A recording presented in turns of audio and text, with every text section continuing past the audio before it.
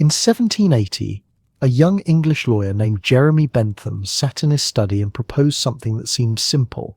Decide every question of right and wrong by measuring pleasure and pain like you would weigh grain on a scale. What began as a mathematical formula for morality would reshape law, economics, politics, and ethics across 2 centuries, while raising a question that still haunts us: can human happiness really be calculated? This is the story of utilitarianism, the philosophy of the greatest good for the greatest number.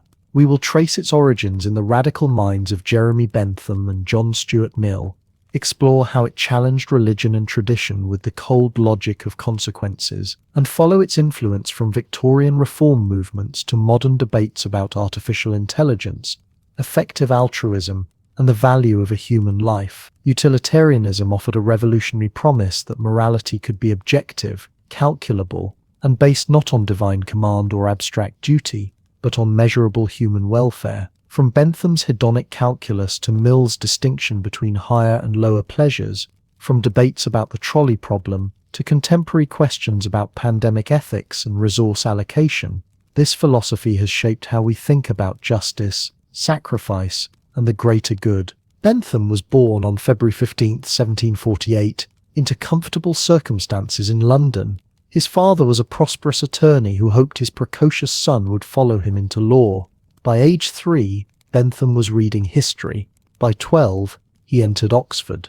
By 15, he had heard William Blackstone lecture on English common law and felt something close to rage. Blackstone spoke of legal principles as if they descended from some natural order, ancient and sacred. Bentham saw only accumulated prejudice dressed in Latin phrases and ceremonial wigs. Where others found tradition, he found confusion. Where they saw wisdom, he saw waste. The law was not a monument to reason, but a warehouse of fictions, protecting the powerful and mystifying the masses. Someone needed to clear it all away and start from a principle so obvious, so rooted in human nature itself, that no amount of tradition could obscure it. That principle arrived with elegant simplicity. Nature, Bentham wrote, has placed mankind under the governance of 2 sovereign masters, pain and pleasure. They alone determine what we shall do, and they alone should determine what we ought to do. Every action could be judged by a single standard. Does it increase pleasure or decrease pain? Not just for one person, but for everyone affected by it. The greatest happiness for the greatest number, that was the measure of right and wrong. Everything else, all the elaborate systems of divine command and natural rights and social contract, was philosophical decoration, obscuring this fundamental calculus. But Bentham did not stop at theory. He designed a prison called the panopticon, a circular structure where a single watchman in a central tower could observe every prisoner without being seen himself. The prisoners, never knowing when they were watched, would discipline themselves. Fewer guards, less violence, more efficient correction of behavior through the calculated use of psychological pressure. The architecture embodied the philosophy: maximize social benefit through rational design. He wrote treatises arguing that homosexuality should be decriminalized because private acts between consenting adults harmed no one, and laws creating suffering without increasing overall happiness were simply bad laws.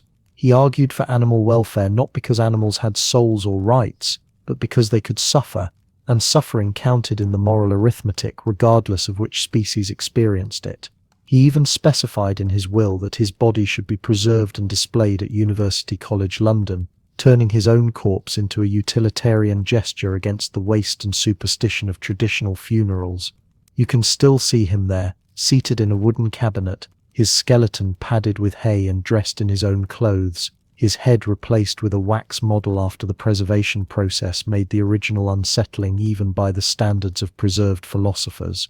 This was utilitarianism in its purest, most uncompromising form. Measure everything. Calculate everything. Let consequences determine correctness. If an action increased the sum of human happiness, it was right. If it decreased that sum, it was wrong. The mathematics were crude. Bentham proposed a philosophic calculus with 7 dimensions for measuring pleasure, intensity, duration, certainty, propinquity, fecundity, purity, and extent, but the ambition was breathtaking. morality would become a science. Yet even as Bentham's influence spread through legal reform and political economy, even as his ideas shaped the thinking of reformers across Europe, a problem was quietly growing. One of his closest disciples, a brilliant scholar named James Mill, had raised his son according to strict utilitarian principles, creating what amounted to a controlled experiment in education. The boy, John Stuart Mill, learned Greek at 3, Latin at 8, logic and political economy, before most children learn long division. He was being engineered to become the perfect utilitarian philosopher, a mind trained to calculate happiness with precision. In 1826, at age 20, John Stuart Mill suffered a mental breakdown. He asked himself a question: if all the utilitarian reforms succeeded, if all the changes he worked toward came to pass, would he be happy? The answer, to his horror, was no. Something was missing from Bentham's system, some dimension of human experience that could not be captured in calculations of pleasure and pain. Mill discovered poetry, particularly Wordsworth, and realized that Bentham had built a philosophy for human beings while understanding almost nothing about the human heart, the pleasures of the intellect, of beauty, of moral sentiment. These were not just more intense versions of physical comfort, they were different in kind, not merely in degree. From this crisis emerged a modified utilitarianism, one that would dominate philosophical discourse for generations. Mill kept the core principle: actions are right in proportion to the happiness they produce, but added a crucial distinction: not all pleasures were equal. It was better to be a human dissatisfied than a pig satisfied, better to be Socrates dissatisfied than a fool satisfied. Higher pleasures involved the intellect and moral faculties. Lower pleasures were merely sensory, and anyone who had experienced both, Mill claimed, would prefer the higher even if they involved more pain and less contentment. This raised as many questions as it answered. If pleasures differed in kind, how could you measure them on a single scale? If quality mattered as much as quantity, had Mill abandoned the very thing that made utilitarianism attractive, its promise of objective calculation? And if some pleasures were inherently superior to others, who decided the ranking? Mill's answer was that competent judges, people who had experienced both kinds, would agree, but this seemed to reintroduce exactly the kind of subjective judgment Bentham had tried to eliminate. The tension deepened when Mill wrote on liberty, his passionate defense of individual freedom. He argued that people should be free to act however they wished unless they harmed others. But what if restricting someone's liberty increased overall happiness? What if the preferences of the majority outweighed the freedom of the individual? Mill tried to justify liberty on utilitarian grounds. Free thought and experimentation promoted long-term social welfare, but many readers sensed an inconsistency. Either you calculated consequences rigorously, in which case liberty had no special status, or you placed limits on what could be sacrificed for the greater good, in which case you had imported moral principles from outside utilitarian logic. These debates would fracture utilitarianism into competing schools. Act utilitarians insisted each action should be judged by its specific consequences. Rule utilitarians argued we should follow rules that generally promoted happiness, even when breaking them in particular cases might increase it. Two-level utilitarians proposed we use intuitive moral principles for everyday decisions, but reserve utilitarian calculation for examining those principles. Each version tried to solve problems the others created. Each revealed how difficult it was to maintain the elegant simplicity of Bentham's original vision once you took seriously the complexity of human life. What none of them could escape were the troubling cases where utilitarian logic seemed to contradict moral intuition entirely. If you could save 5 lives by killing one innocent person and harvesting their organs, should you? If framing an innocent man would prevent riots that would kill dozens, must you frame him? If a being existed whose capacity for pleasure was so vast that maximizing utility required enslaving everyone else to serve it, would that be right? These were not merely philosophical puzzles, they pointed to something deeper, a question about whether morality could be reduced to a single principle, no matter how intuitively appealing, or whether the moral life required something that resisted calculation. And yet utilitarianism endured. precisely because it seemed to take suffering seriously in a way other moral theories did not. It asked, with relentless focus, whether our actions made the world better or worse. It demanded that we justify our choices by their consequences, rather than our intentions. It expanded moral concern to anyone and anything capable of experiencing pain or pleasure, animals, future generations, perhaps even artificial minds. Its influence runs through modern medicine's quality-adjusted life years, through government cost-benefit analysis, through effective altruism's rigorous calculation of where charitable dollars do the most good. Everywhere we try to measure and maximize welfare, we are working in the long shadow cast by a young lawyer who believed happiness could be weighed like grain. But Bentham's moral mathematics begins not with grand reforms, but with a personal history, with one man's peculiar path from legal training to radical philosophy. To understand utilitarianism, we must first understand the mind that conceived it, how Jeremy Bentham came to see morality itself as a problem requiring solution, tradition as a burden requiring elimination, and human happiness as a quantity requiring calculation. Jeremy Bentham was born into privilege on February 15, 1748, in Houndsditch, London, the son of a prosperous attorney who harboured grand ambitions for his precocious child. By age 3, the boy was reading multi-volume histories. By 12, he had entered Queen's College, Oxford, where he sat in lectures feeling, as he would later recall, a mounting horror at the gap between the grand pretensions of legal and moral philosophy and the actual reasoning that sustained them. His father assumed the brilliant child would follow him into legal practice, would rise through the profession, perhaps become a judge. Instead, Bentham would spend his inheritance and his entire adult life trying to demolish the very foundations of English law. The revulsion began during his legal training.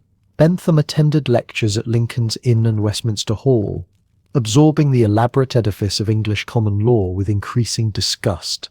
What he encountered was not rational principle, but accumulated precedent, centuries of judicial decisions piled atop one another, preserving medieval fictions that no one could justify but no one would abandon. Legal reasoning ran in circles.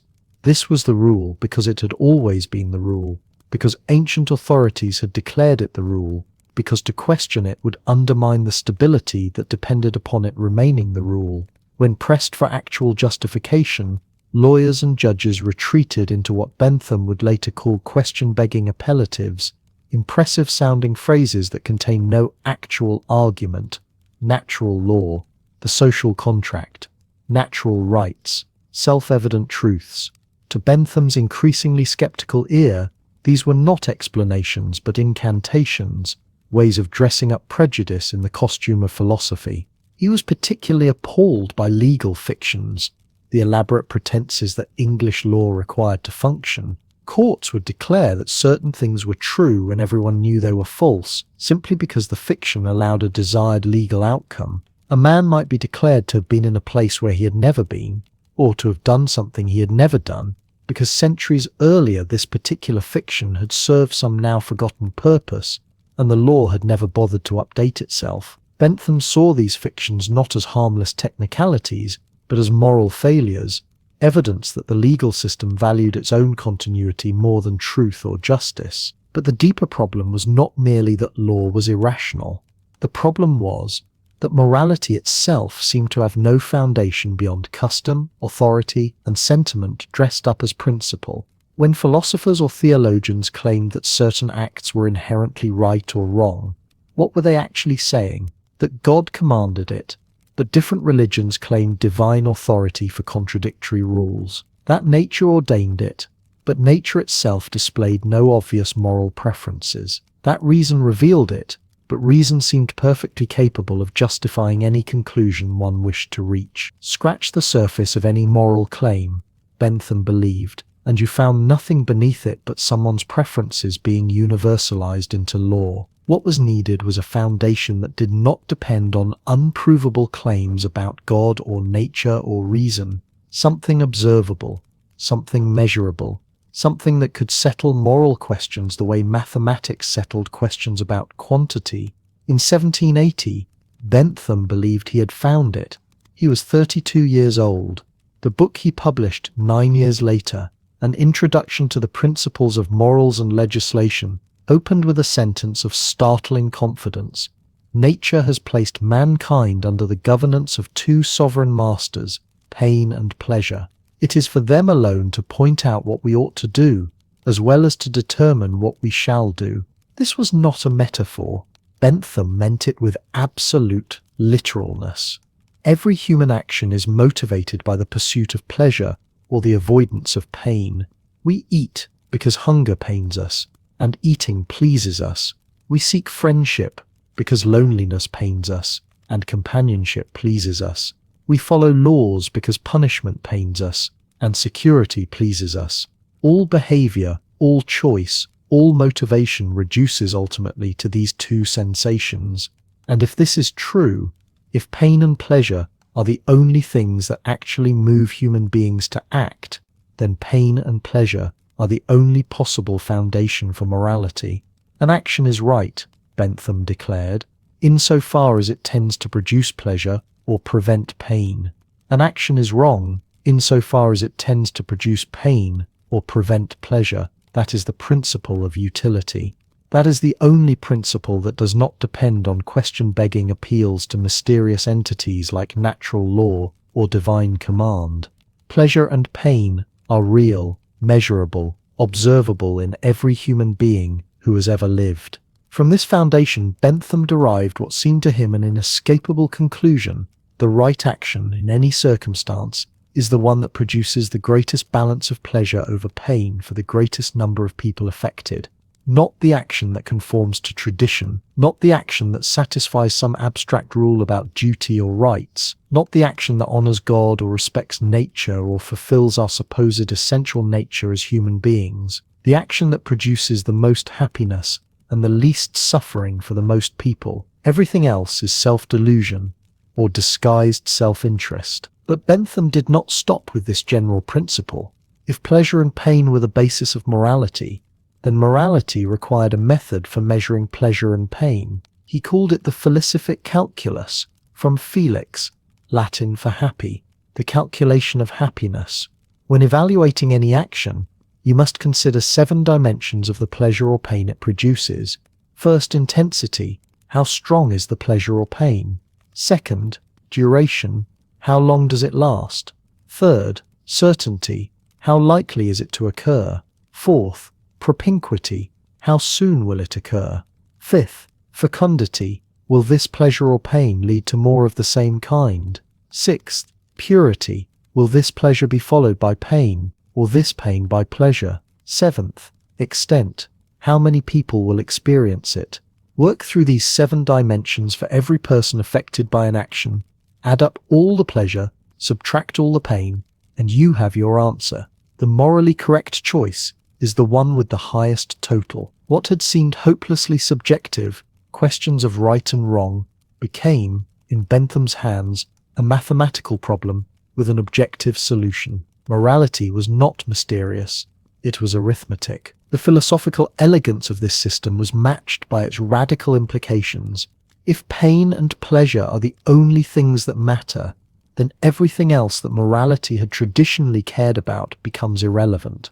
It does not matter whether an action respects authority, because authority has no moral weight unless respecting it produces more pleasure than pain. It does not matter whether an action conforms to tradition, because tradition has no moral weight unless maintaining it produces more pleasure than pain. It does not matter whether an action violates someone's supposed natural rights, because there is no such thing as natural rights.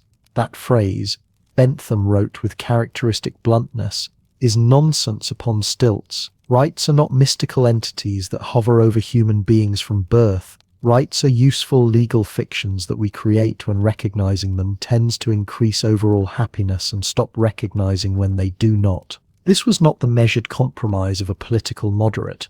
This was the manifesto of someone who believed he had discovered the foundation of all ethics, and who saw no reason to preserve anything that failed his test. Traditional sexual morality. Examine it through the calculus. If consensual acts between adults produce pleasure and harm no one, on what possible grounds can we prohibit them? Religious dietary restrictions. pure superstition unless they promote health, elaborate rules about proper respect for the dead, wasteful sentiment. Even punishment itself required radical rethinking. The traditional justifications for punishment, that criminals deserve to suffer, that justice requires retribution, were emotional prejudices masquerading as principle. Punishment is justified only when and insofar as it prevents future harm by deterring crime or incapacitating criminals. Any suffering beyond what serves that purpose is pointless cruelty. You can hear in this the voice of someone who had spent years watching legal and moral systems torture people with rules that served no purpose except their own perpetuation. Bentham was not cruel. He was the opposite of cruel. He was someone who had become convinced that most human suffering was unnecessary, the product of systems that valued their own authority more than human welfare. The law punished people for victimless crimes. Religion tortured people with guilt over harmless pleasures. Social custom forced people into stifling conformity with no benefit to anyone. All of it could be swept away. All of it should be swept away. Replace it with cold calculation. Measure the consequences. Maximize pleasure. Minimize pain. Build society from the ground up according to this single rational principle. What Bentham created was not merely a moral philosophy. It was a method for evaluating every social institution, every law, every custom, every rule. And by that method, almost everything in Georgian England was condemned. But Bentham's pleasure calculator was not designed to help individuals pursue happiness. It was a tool for reshaping society itself, beginning with the most intimate aspects of human life. Bentham did not content himself with writing principles in books. A moral calculator is worthless if it changes nothing, and he intended to change everything. Law, punishment, sexuality, the treatment of animals, the architecture of institutions, even the disposal of human bodies after death. All of it fell under his reforming gaze, all of it measured by the same question: does this arrangement maximize pleasure and minimize pain? He began where the contradiction seemed most glaring: the English legal system he had been trained to serve. Bentham looked at English common law and saw not wisdom accumulated over centuries, but a jungle of fictions, contradictions, and disguised class interest. Laws existed because they had always existed. Punishments bore no relationship to the harm they were meant to prevent. Legal procedures consumed years and fortunes, while producing no measurable benefit to anyone except lawyers. The whole apparatus rested on precedent and tradition, which to Bentham were simply other words for unexamined prejudice. His proposed solution was characteristically radical: abolish the entire common law system and replace it with a comprehensive legal code. Every statute drafted from first principles of utility. Each law would be justified by demonstrable benefit. Each punishment would be calibrated precisely to deter future harm while inflicting no more suffering than necessary. The goal was not vengeance or moral satisfaction, but the cold mathematics of behavioral modification. This logic led him to prisons and to his most infamous creation. In 1787, Bentham designed what he called the panopticon, a circular prison with cells arranged around a central watchtower. The prisoners could be observed at all times, but they could never tell whether they were actually being watched at any given moment. The architectural genius was its efficiency. A single guard could surveil hundreds of inmates, and the constant possibility of observation would compel good behavior, even in the guard's absence. The prisoners would, in effect, internalize the watcher and discipline themselves. Bentham was entranced by this design. He spent years trying to convince the British government to build it, investing his own inheritance in the project, lobbying Parliament, writing detailed specifications. The panopticon was utilitarian philosophy made concrete, a machine for reforming behavior through calculated incentives, for maximizing order while minimizing the expense of enforcement. That it reduced human beings to objects of constant surveillance troubled him not at all. The question was not whether prisoners deserved dignity or privacy, but whether the system produced the greatest happiness overall. If observation reformed criminals more efficiently than punishment, then observation was the moral choice. The government never built his prison, though the principle would haunt the architecture of institutions for the next 2 centuries. Bentham's enthusiasm for surveillance as a tool of beneficent control revealed something unsettling about utilitarian thinking. Once you commit to maximizing welfare, privacy and autonomy become negotiable. They are not rights but variables in the calculation, protected only insofar as protecting them increases the total sum of pleasure. Yet this same calculating logic led Bentham to positions far ahead of his time. In an unpublished essay written around 1814 or 1815, he applied his pleasure and pain calculus to sexual acts between men. The legal status of homosexuality in England was unambiguous. It was a capital crime punishable by death until 1861, and by imprisonment long after. Bentham looked at this law and saw no utilitarian justification whatsoever. The acts produced pleasure for those who engaged in them and harmed no one else. The pain came entirely from legal punishment and social persecution. The traditional moral arguments rested on religious authority or claims about unnatural behavior, neither of which survived utilitarian scrutiny. What did nature have to do with morality? Nature inflicted pain constantly. What did God's law matter if God's existence could not be demonstrated, and different religions made contradictory claims? The only relevant question was whether the acts increased or decreased the sum of human happiness. By that measure, the laws criminalizing homosexuality caused immense suffering while preventing none. Bentham never published these thoughts. The essay remained hidden among his papers until the 20th century, a remarkable document of moral reasoning that arrived at the correct conclusion through pure calculation, unswayed by the near-universal prejudice of his age. He could not reform the law, but he had demonstrated that his system, applied honestly, led to conclusions that tradition and religion would not reach for another 150 years. His concern for suffering extended beyond the human. In a footnote to his introduction to the principles of morals and legislation, Bentham wrote what would become one of the most influential passages in the history of animal ethics. The question about animals, he argued, is not whether they can reason or whether they can speak, but whether they can suffer. If a being can experience pain, then that pain counts in the utilitarian calculus, regardless of the species of the being who experiences it. This was not sentimentality dressed up as philosophy. It was cold, logical consistency. The capacity for suffering was what gave any being moral status. To exclude animals simply because they lacked human intelligence was arbitrary, no different from excluding people because of their race or sex. The French had already discovered, he noted acidly, that blackness of skin is no reason to abandon a human being to the whims of a tormentor. Perhaps someday they would discover that the number of legs, or the texture of skin, or the shape of the tailbone were equally insufficient reasons for abandoning animals to the same fate. Bentham lived his principles with a strange mixture of rigidity and eccentricity. He kept a cat he named Sir John Langbourne, later promoted to the Reverend Dr. John Langbourne, and treated with evident affection. He worked constantly, writing millions of words across his 84 years, most of it in manuscript form that his disciples would later organize and publish. He walked the same route through his garden each day for exercise, naming the walks by their purpose, the anteprandial for before lunch, the postprandial for after, and he made one final utilitarian gesture. Bentham left instructions in his will that his body was to be dissected for medical education, then preserved and displayed. Burial, he reasoned, was wasteful. Bodies could serve science and education. His corpse was accordingly dissected by his friend, the surgeon Thomas Southwood Smith. The skeleton was padded with hay and dressed in Bentham's own clothes, and his head was mummified, though the process went poorly and a wax head was eventually substituted.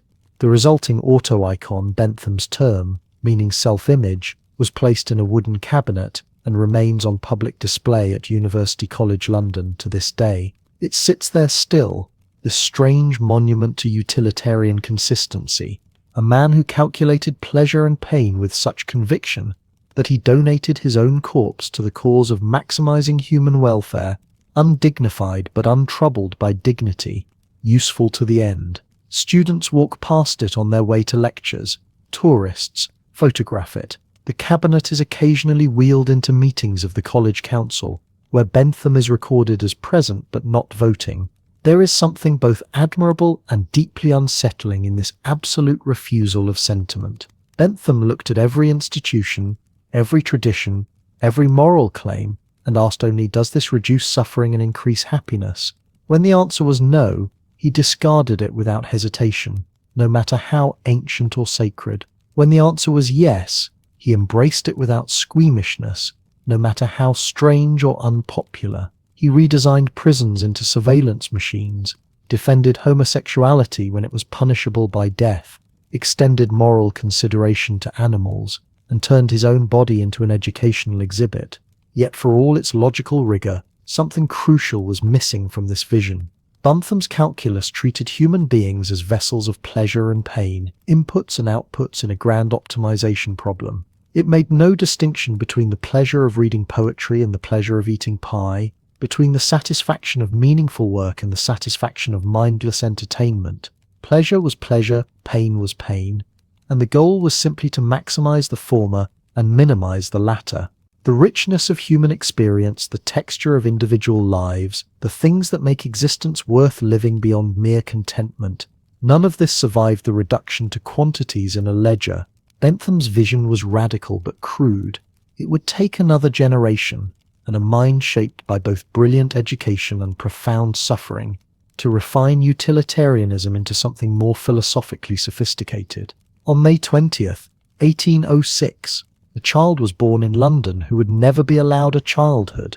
John Stuart Mill entered a world that had already decided what he would become, what he would read, what he would think, and how he would spend nearly every waking hour until adulthood.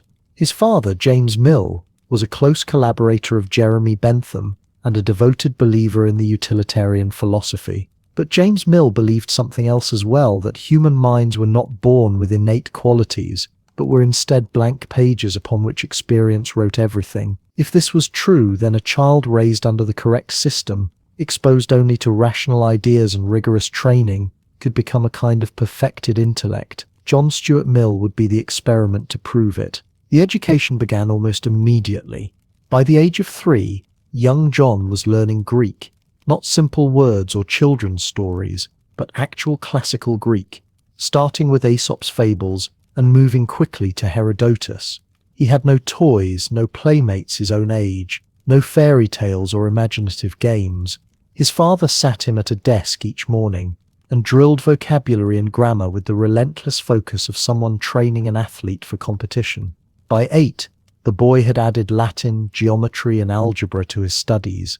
By 12, he was working through logic and political economy. He read Aristotle, Plato, Thucydides, Sophocles, and Euripides in their original languages. He studied calculus, chemistry, and the principles of scientific reasoning. His father walked beside him during their daily exercise sessions, questioning him about what he had read, correcting his thinking, demanding precision in his answers. The boy had no respite, no privacy, no room for anything that was his alone. James Mill did not see this as cruelty. He saw it as rational education, as the application of utilitarian principles to human development. Happiness, after all, came from intellectual cultivation and the ability to contribute to human progress. Wasted time in childhood meant wasted capacity for future good. Sentiment and emotion were distractions from clear thinking.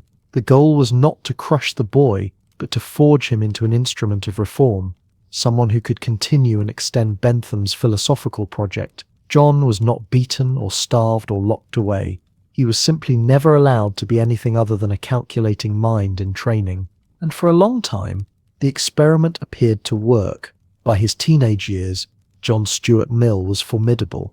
He had read more, thought more, and analyzed more than most university graduates. He could debate philosophy with adults, write clear prose on complex topics, and apply utilitarian logic to questions of law and policy. At 17, he secured a position with the East India Company, where he would work for the next 35 years, writing dispatches and analyzing colonial administration. He joined discussion societies where he argued for radical reform. He seemed to be exactly what his father had designed, a perfect utilitarian reasoner. Then, in the autumn of 1826, at the age of 20, John Stuart Mill asked himself a question. Suppose, he thought, that all the reforms he worked for were suddenly achieved. Suppose every utilitarian goal was reached, every inefficiency eliminated, every law made rational, every institution restructured for the greatest happiness of the greatest number. Would he be happy? And the answer that rose from somewhere beneath all his training was immediate and devastating. No. The realization brought with it a complete mental collapse. Mill found himself unable to feel pleasure in anything. Reading gave him no satisfaction. Work felt meaningless. Conversation was exhausting. He went through his days in a kind of grey fog, performing his duties but feeling nothing, wanting nothing, caring about nothing. He could not tell his father what was happening, because his father had no conceptual framework for understanding it. Bentham's system measured pleasure and pain, calculated consequences, and optimized for happiness. But it had no vocabulary for what Mill was experiencing, a despair that came not from external circumstances but from the hollowness of a life built entirely on abstract principle. The crisis lasted for months. Mill kept working, kept maintaining appearances, kept functioning outwardly while feeling inwardly dead. He began to suspect that something was fundamentally wrong, not just with his own mind but with the philosophy that had shaped it. Bentham's utilitarianism treated happiness as the product of rational calculation, as something that could be achieved by correctly analyzing pleasures and pains. But Mill's collapse suggested that happiness could not be pursued directly, that it came only as a byproduct of caring about something other than happiness itself. A life aimed only at maximizing utility might be the very thing that made utility impossible. What saved him eventually was poetry. He stumbled across the work of William Wordsworth and found in it something his education had entirely omitted: attention to emotional life as a thing with its own validity, its own depth, its own truth. Wordsworth wrote about nature, memory, loss, and the movements of feeling that accompanied human experience. The poems did not argue for anything or calculate anything. They simply observed and felt and expressed. Mill discovered that reading them awakened something in him that all his years of logical training had left untouched. He began to suspect that Bentham's system was not wrong but incomplete, that it captured something important about morality while missing something equally important about human beings. His education continued, but now it was education of a different kind. He read literature, philosophy that valued emotion and imagination, works that treated art and beauty as more than pleasant diversions. He thought about what had been left out of his childhood and what that absence had cost him. He began to formulate the idea that would eventually reshape utilitarian philosophy, that pleasures differ not just in quantity, but in quality, that some kinds of happiness matter more than others, that intellectual and emotional depth produces a better form of well-being than simple contentment. Around this same time, Mill met Harriet Taylor, a brilliant woman trapped in an unhappy marriage to a merchant. Their relationship became one of the most significant intellectual partnerships of the Victorian era, though it scandalized their contemporaries. They corresponded, discussed philosophy, debated ideas about liberty and social reform.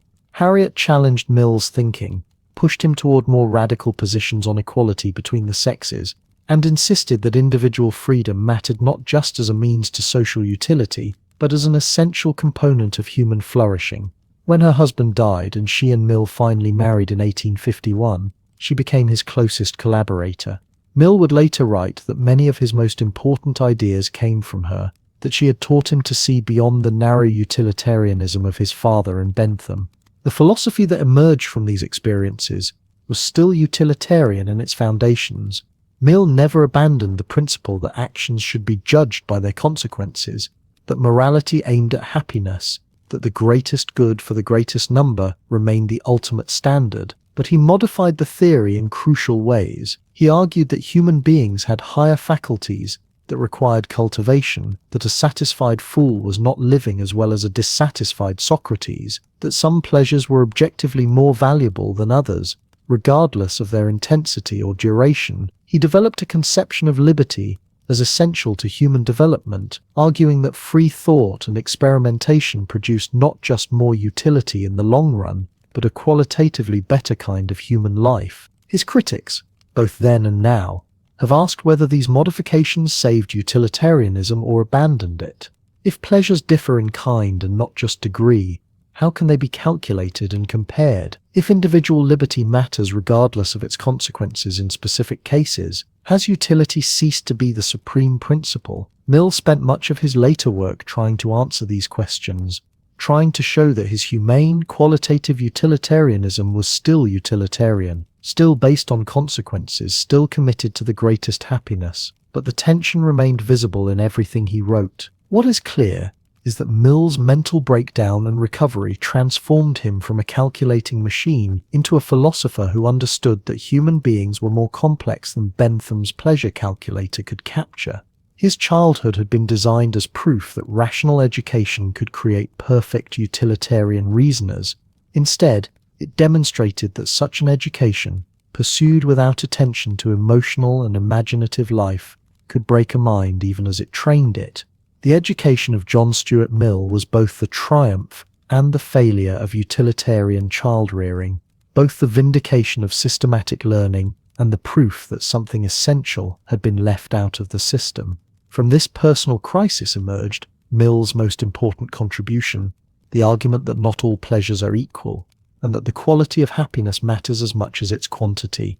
The crisis that nearly destroyed John Stuart Mill in his 20s had taught him something Bentham never grasped, that a life measured purely by quantity of pleasure could feel like no life at all. When Mill emerged from his breakdown, he carried with him an uncomfortable recognition. The hedonic calculus his father and Bentham had trained him to apply treated all pleasures as fundamentally the same, differing only in intensity and duration. A game of pushpin counted as much as poetry, provided it delivered equal pleasure. But Mill had discovered through his own suffering that this could not be right. Some pleasures seemed to matter more, not because they were stronger or lasted longer, but because they were different in kind. This recognition would lead Mill to propose the most controversial modification in utilitarian theory, one that admirers saw as saving the philosophy from its own crudeness, and critics saw as abandoning its logical foundation entirely. In his 1861 essays in Fraser's Magazine, later collected as the book Utilitarianism, Mill made a claim that would have baffled Bentham. Pleasures differ not just in quantity, but in quality. Some are inherently superior to others, regardless of how much satisfaction they produce. The argument appeared in what would become one of the most quoted passages in all of philosophy. It is better, Mill wrote, to be a human being dissatisfied than a pig satisfied. Better to be Socrates dissatisfied than a fool satisfied. And if the fool or the pig think differently, it is because they know only their own side of the question. Socrates knows both. Here was a hierarchy of happiness that no amount of calculation could reduce to numbers.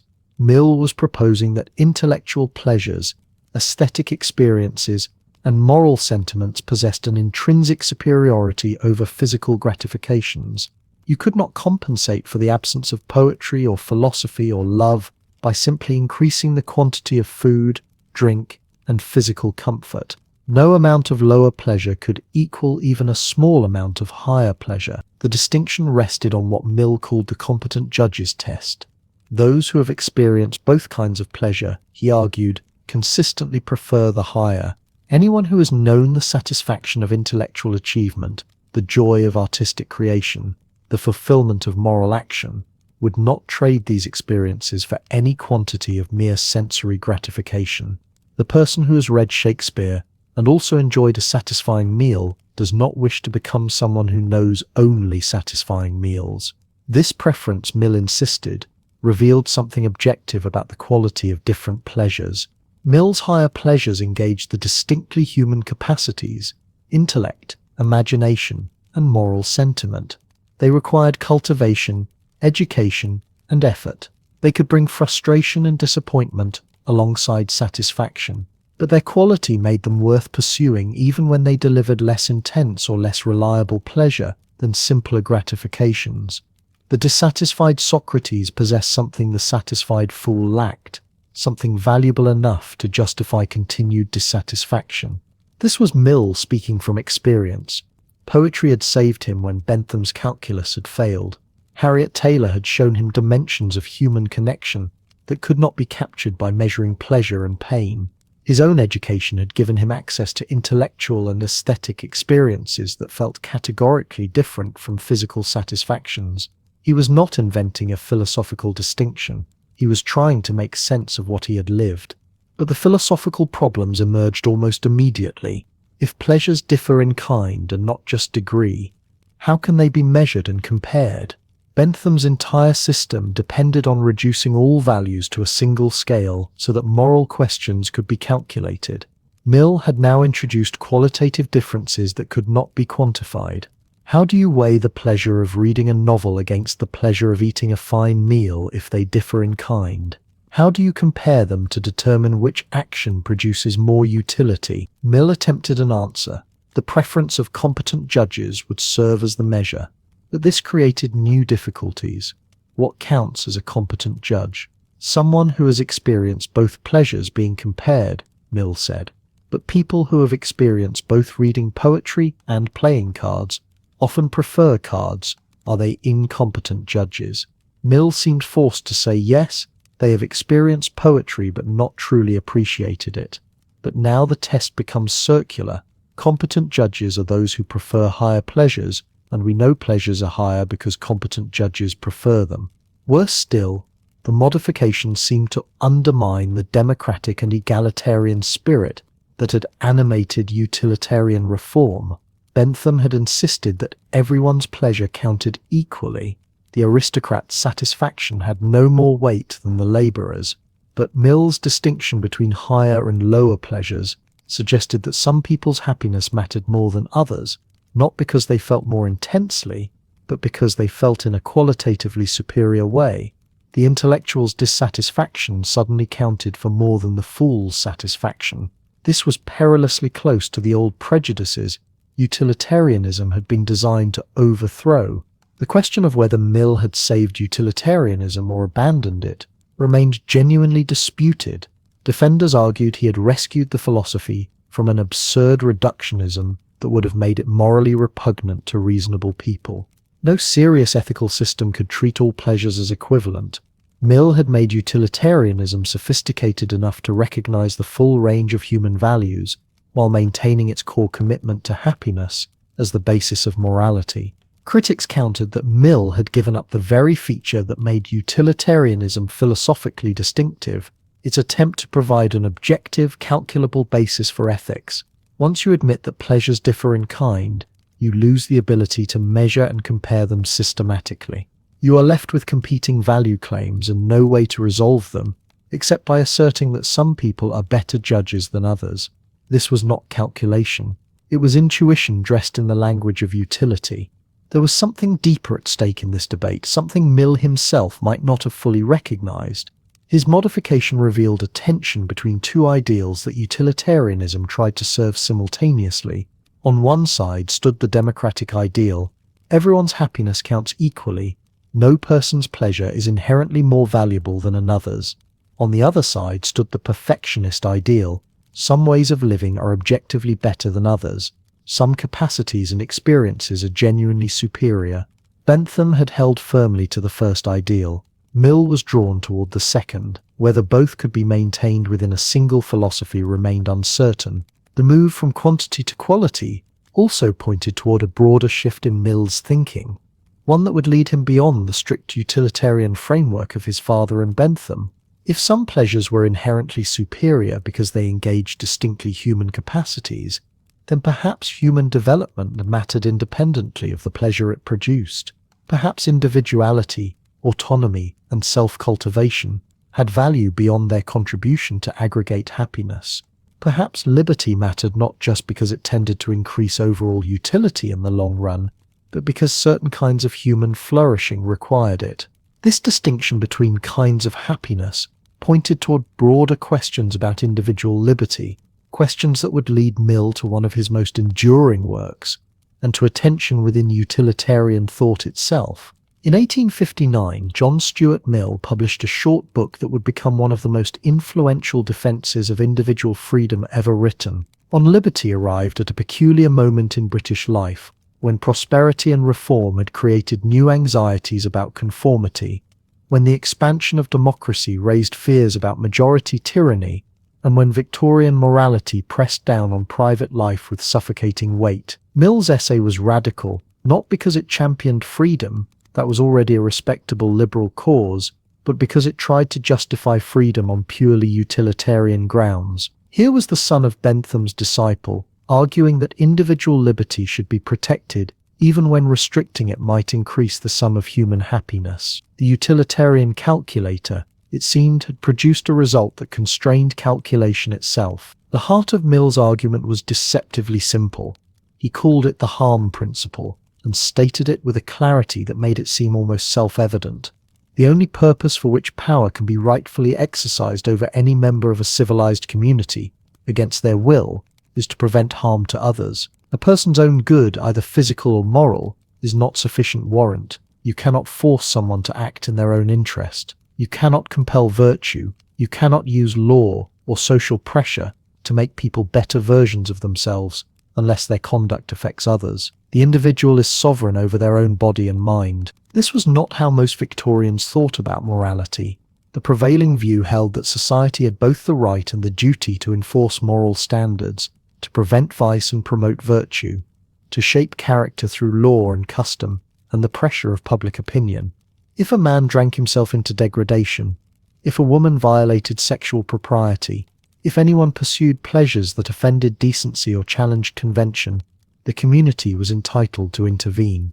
Mill was arguing for something close to heresy, that vast domains of human life should be protected from interference, that there existed a sphere of personal liberty, where even the greatest good for the greatest number could not justify intrusion.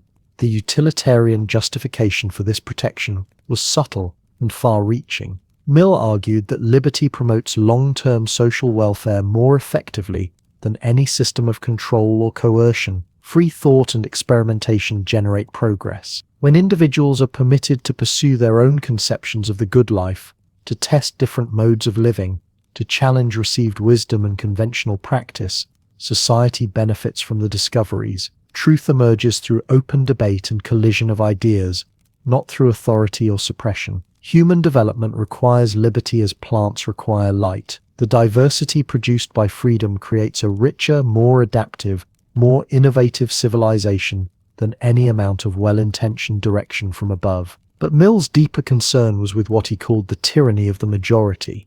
Democratic reform had shifted power from aristocratic elites to the voting public, and Mill saw in this shift a new and perhaps more insidious form of oppression.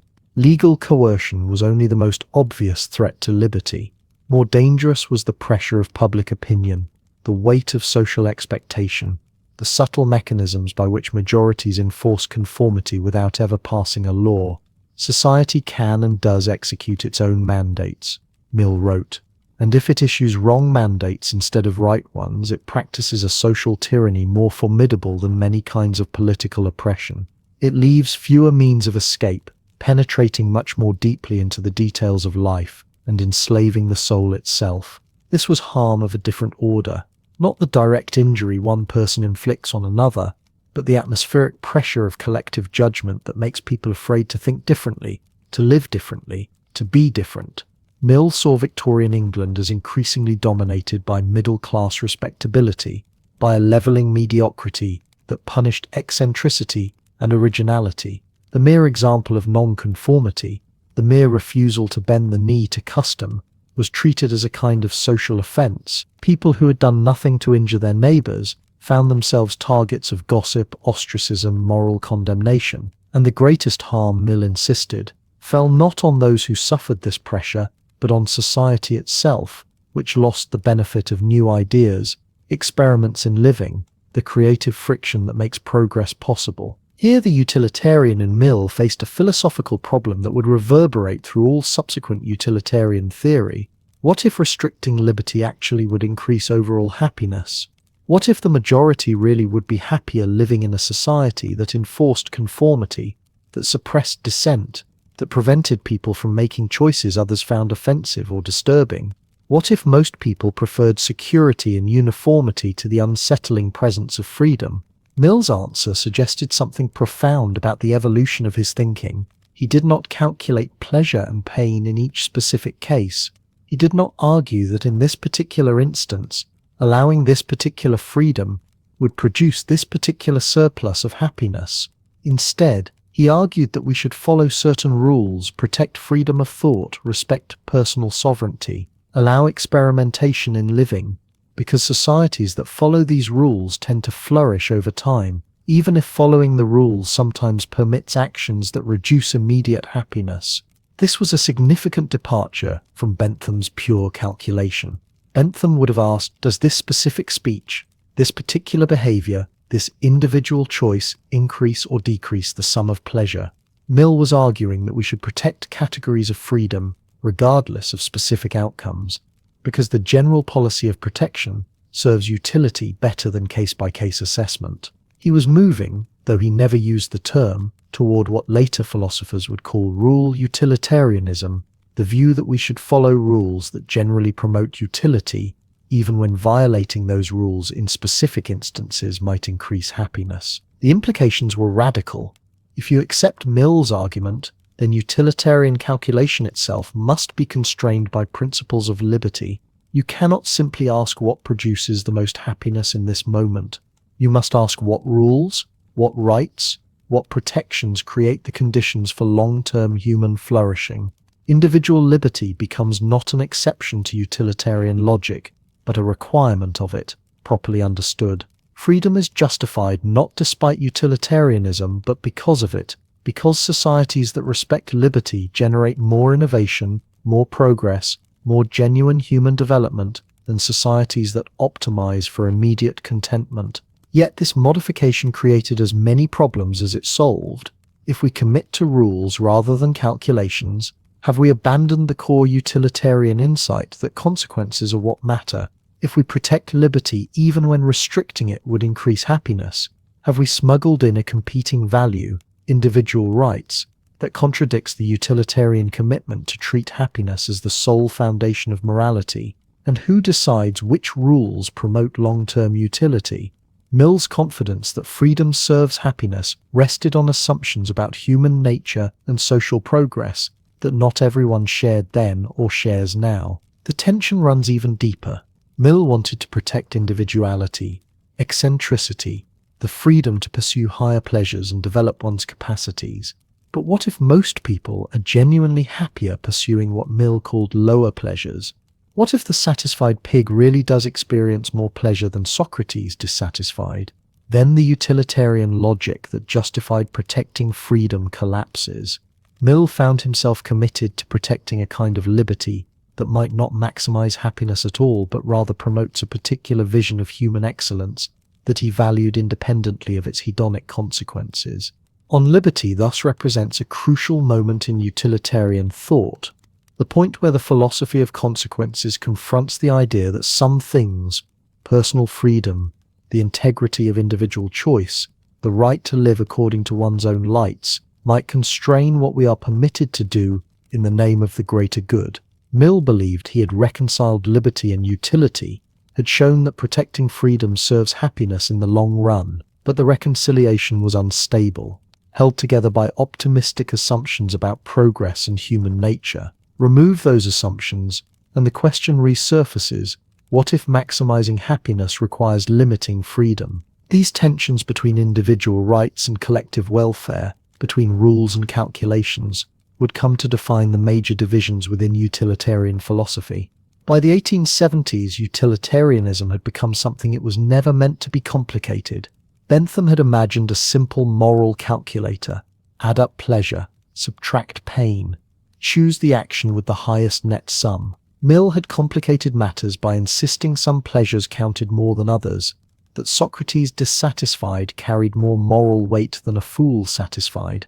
But the real fracturing came not from these founding figures, but from philosophers who asked a question that seemed innocent enough: when exactly should we perform the utilitarian calculation? The answer split the tradition into competing schools, each claiming to be the true heir to Bentham's vision, each producing wildly different conclusions about what morality demanded. The splintering revealed something unexpected. A philosophy built on the promise of objective calculation could not even agree on what to calculate. The simplest version became known as act utilitarianism, though Bentham himself never used the term. The logic was ruthlessly direct. Every action in every circumstance should be judged solely by its consequences in that specific situation. If lying to your friend right now would produce more total happiness than telling the truth right now, then you should lie. If breaking a promise this afternoon would prevent more suffering than keeping it would cause, then you should break it. No exceptions, no rules, no principles that bind across situations. Each moment demands its own fresh calculation. The appeal was obvious. Act utilitarianism remained perfectly faithful to the original insight. Only consequences matter, and they matter only insofar as they affect the balance of pleasure and pain. It avoided the addition of any moral baggage beyond Bentham's stark empiricism. It acknowledged what seemed obviously true, that circumstances alter cases, that rigid rules produce absurdities, that morality should bend toward whatever actually helps people in the situation at hand. But act utilitarianism also produced something disturbing. It meant that no action was inherently wrong. Murder, torture, betrayal, lying, all were merely tools that might or might not serve utility depending on context. The act utilitarian had to be willing, at least in principle, to commit any act if the calculations came out right. More troubling still, it seemed to demand constant moral calculation before every choice. No matter how trivial, you should in theory tally all the foreseeable consequences for everyone affected, weight them by probability, sum the expected pleasure and pain, and only then act. The mental burden was crushing. The moral life became an endless accounting exercise where spontaneity, loyalty, and intuition were at best irrelevant and at worst dangerous distractions from proper calculation. Rule utilitarianism emerged as an attempt to preserve utilitarian logic while avoiding these consequences. The calculation, its proponents argued, should apply not to individual acts, but to general rules. We should ask which rules, if widely adopted and followed, would produce the most utility over time. Then we should follow those rules even in specific cases where breaking them might increase immediate happiness. The distinction might seem subtle, but it changed everything. A rule utilitarian could say, lying generally produces more harm than good across society because it erodes trust, so I should not lie even when this particular lie would produce more pleasure than pain. Promise keeping is a rule that maximizes utility over the long run, so I should keep my promise even when breaking it right now would help more people. The rule utilitarian builds a kind of moral code derived from utilitarian calculation, then treats that code as binding. This version felt more aligned with common moral intuitions. It explained why we have stable moral principles, why we teach children rules rather than cost-benefit analysis, why we feel that some actions are wrong even when their consequences seem good. It avoided the paralysis of constant calculation by giving us stable guidelines for action. Most appealingly, it seemed to answer critics who said utilitarianism could justify terrible acts. The rule utilitarian could respond that rules against murder and torture, applied universally, produce far more utility than allowing case-by-case exceptions, so such acts remain prohibited even when they might help in isolated instances. But the philosophical problems multiplied quickly. How general should the rules be? A rule against lying is very different from a rule against lying, except when lives are at stake, which is different from a rule against lying, except when lying would save innocent life without causing greater harm to the institution of truth-telling. The more exceptions you build into the rules, the closer you drift back toward act utilitarianism. The fewer exceptions you allow, the more you face situations where following the rule clearly produces worse consequences than breaking it. And if you encounter such a situation, what possible justification could a utilitarian offer for following the rule anyway? The foundation of the entire philosophy was that only consequences matter, yet rule utilitarianism seemed to demand obeying rules even when doing so produced worse consequences. Some philosophers argued this was not actually a problem. The rule utilitarian was not abandoning consequentialism, but taking a longer, wiser view of consequences. Rules themselves have consequences. When people believe moral principles can be violated whenever the immediate calculus seems favorable, trust collapses, cooperation becomes impossible, social bonds fray. The second-order effects of undermining moral rules almost always outweigh the first-order benefits of breaking them in specific cases. A society of act utilitarians constantly breaking promises and lying when advantageous would be worse off than a society of rule utilitarians committed to stable principles. So rule utilitarianism was simply act utilitarianism with better vision, accounting for consequences that short-sighted calculation missed. Other philosophers found this defense unconvincing. It still meant that in cases where you knew with certainty that breaking the rule would produce better consequences overall, accounting for all the subtle social effects, you should break it. So rule utilitarianism collapsed into act utilitarianism whenever you had sufficient information. The rules were just heuristics, useful shortcuts for ordinary cases where calculation was difficult. But in principle they were always subject to override by direct utilitarian reasoning. The two positions differed only in their confidence about predicting consequences, not in fundamental logic. A third approach focused not on acts or rules but on character. Motive utilitarianism suggested that the utilitarian calculation should determine what kinds of people we should try to become, what dispositions and virtues we should cultivate. The goal was not to maximize utility in each action or even to follow rules that maximize utility, but to develop character traits that tend toward good consequences over a lifetime. This version had ancient roots, connecting utilitarian logic to the virtue ethics of Aristotle. It said, cultivate compassion, honesty, courage, and generosity, not because these traits are intrinsically good, but because people who possess them reliably produce more happiness than people without them. The honest person does not need to calculate whether to lie in each situation because their disposition naturally points toward truth-telling. The compassionate person naturally acts to reduce suffering. These traits function as reliable generators of utility, embedded in character, rather than worked out through deliberation. Motive utilitarianism offered psychological realism that act utilitarianism lacked. It acknowledged that moral deliberation has costs, that constant calculation is exhausting and often unreliable, that spontaneous virtuous action often produces better outcomes than anxious ethical arithmetic. It also explained moral education. We raise children to become certain kinds of people because character once formed guides action more reliably than principles or calculations. But this approach raised its own questions. If we select character traits solely by their consequences, what happens when a generally useful virtue produces terrible results in a particular case? Should the honest person lie when honesty will cause catastrophe? If yes, then character is just another heuristic subject to override by act utilitarian calculation. If no, then we have abandoned the consequentialist foundation entirely. We are saying some character traits should be maintained even when they produce worse outcomes.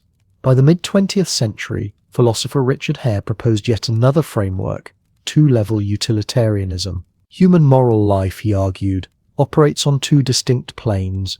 The intuitive level governs everyday decisions, quick, automatic moral responses based on principles we have internalized.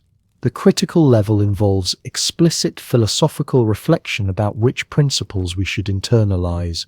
Most of the time we function at the intuitive level, following moral rules we learned without stopping to calculate consequences. But occasionally we step back to the critical level and examine whether our intuitive principles are actually the ones that maximize utility. If not, we should work to revise our intuitions.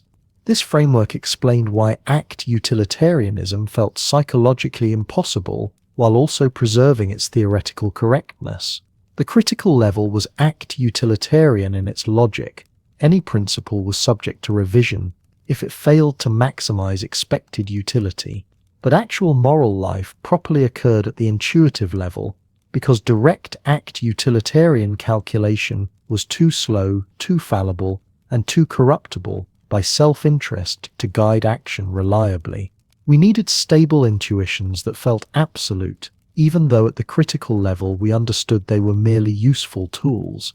The elegance of two-level utilitarianism was also its oddity. It meant that the philosopher, reflecting carefully at the critical level, might conclude that ordinary people should not think like utilitarians at all. Better for most people to have strong deontological intuitions against lying and killing, even though those intuitions were strictly speaking false, because such intuitions produced better outcomes than widespread utilitarian reasoning. The theory seemed to undermine itself. It was a moral philosophy that concluded most people should not adopt it. These distinctions were not mere academic taxonomy. They determined completely different answers to urgent moral questions. Imagine a doctor who could save 5 dying patients by killing 1 healthy patient and distributing the organs. The act utilitarian had to seriously consider whether the 5 lives outweighed the 1. The rule utilitarian could reject this immediately, on the grounds that a rule permitting such killings would devastate medical trust and produce terrible long-term consequences. The motive utilitarian would point to the doctor's character. Physicians should cultivate a disposition against killing, because such a disposition maintained across many situations protects patients better than case-by-case calculations. The 2-level utilitarian might say the doctor should have strong intuitive horror at killing patients and never explicitly consider the act utilitarian calculation, even though at the critical philosophical level, the calculation was theoretically relevant. Similar divergences appeared everywhere utilitarianism touched practice. Should you break a promise to attend a friend's event because you could produce more good by working at a soup kitchen that evening? Depends which version of utilitarianism you embraced. Should wealthy nations prioritize their own citizens or distribute resources globally to maximize total welfare? Different schools, different answers. Should you cultivate spontaneous affection and loyalty toward particular people even though impartial benevolence would do more good? The utilitarian traditions splintered into incompatible positions. What all these versions shared was a certain kind of ambition, the belief that there was a correct answer, discoverable through reason, about what made actions right. They disagreed about where to apply the calculation and what exactly to calculate, but they agreed that morality was ultimately a matter of getting the calculation right. This shared faith in moral mathematics kept them within the utilitarian tradition, even as they pulled in opposite directions. Yet the splintering also revealed a deeper problem. If consequences were all that mattered, and if the greatest happiness was the sole criterion of rightness, why was there so much disagreement about how to pursue it? The competing schools were not arguing about empirical facts. They could agree about what would happen if a doctor killed for organs or a person broke a promise. They disagreed about something more fundamental, about what it even meant to maximize utility, about whether rules or acts were the proper object of evaluation, about whether character or choice was what morality judged. These were not disputes that more careful measurement could resolve. They pointed to conceptual confusion at the heart of the utilitarian project itself. These theoretical refinements were not merely academic exercises. They pointed toward real moral puzzles where utilitarian logic produced deeply counterintuitive answers. Philosophy lives comfortably with abstractions until someone asks what those abstractions demand in practice. For more than a century, utilitarianism had refined itself through theoretical distinctions, splitting into act and rule variants, debating whether quality or quantity of pleasure mattered most, constructing elaborate defenses against logical objections. But certain questions kept returning, simple in their statement and devastating in their implications. If morality really reduces to maximizing overall happiness, then what do we do when that calculation points toward an action that every moral instinct screams is wrong? The first of these troubling cases walks into a hospital waiting room. 5 patients lie dying, each from failure of a different vital organ. One needs a heart, another a liver. 2 require kidneys, 1 needs lungs. Without transplants within hours, all 5 will die. In the waiting room sits a healthy person, visiting a friend, possessing by unhappy coincidence exactly the organs these 5 patients need. A utilitarian surgeon with a quiet room and the right sedatives could solve this problem efficiently. 5 lives saved, 1 life lost. The arithmetic is simple. The greatest good for the greatest number requires killing the healthy visitor and distributing their organs to those who would otherwise die. Every moral sense rebels against this conclusion. We do not kill innocent people to harvest their organs, no matter how many lives we might save. But utilitarianism seems to leave little room for this intuition. If consequences are all that matter, If right action means maximizing overall happiness or well-being, then the surgeon's calculation is correct. 5 people continuing to live, to love, to pursue their projects and pleasures creates vastly more utility than one person doing the same. The math is inescapable. The utilitarian can construct defenses. This would violate rules that generally promote utility. Medical trust would collapse if patients feared their doctors might kill them for spare parts. The precedent would create more suffering than it prevents. But these defenses feel like retreat from the theory's central claim. Act utilitarianism in its purest form asks only what consequences flow from this specific action in this specific circumstance. If we stipulate that the killing could be kept secret, that no precedent would be set, that no general rules would be undermined, the calculation remains unchanged. 5 saved, 1 sacrificed. The greatest good for the greatest number. The hospital case has a cousin, one that has tormented philosophy students and professional ethicists alike since Philippa Foot first described it in 1967. A runaway trolley hurtles down a track toward 5 people who will certainly die unless someone acts. You stand beside a switch that would divert the trolley onto a side track where it would kill 1 person instead of 5. Do you pull the switch? Most people say yes. The utilitarian calculation seems right here, 1 death instead of 5. The math matches the moral intuition. But now, change the case slightly. The trolley still rushes toward 5 people. This time you stand on a footbridge above the track beside a large person whose body would stop the trolley if pushed onto the tracks below. Same numbers, 1 death prevents 5, same utilitarian calculation.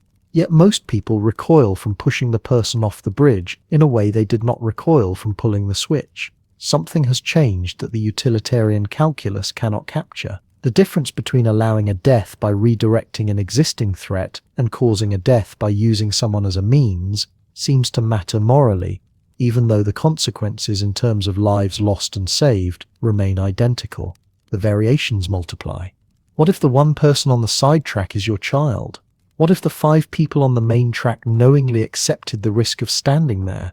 What if you must push a button that will explode a device killing 1 to save 5, or climb down onto the tracks yourself to stop the trolley with your own body?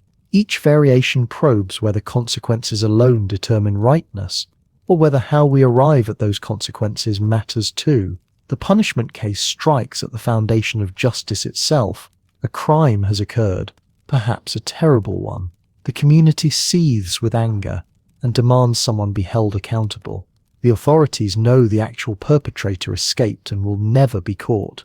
But they could arrest and convict an innocent person, someone without alibi, someone the community would believe guilty. The false conviction would prevent riots, would restore public confidence, would save lives and prevent suffering that riots and vigilante justice would cause. Once again, the utilitarian calculus seems clear. The suffering of 1 innocent person, even execution, weighs less than the suffering that would result from public disorder and loss of faith in justice.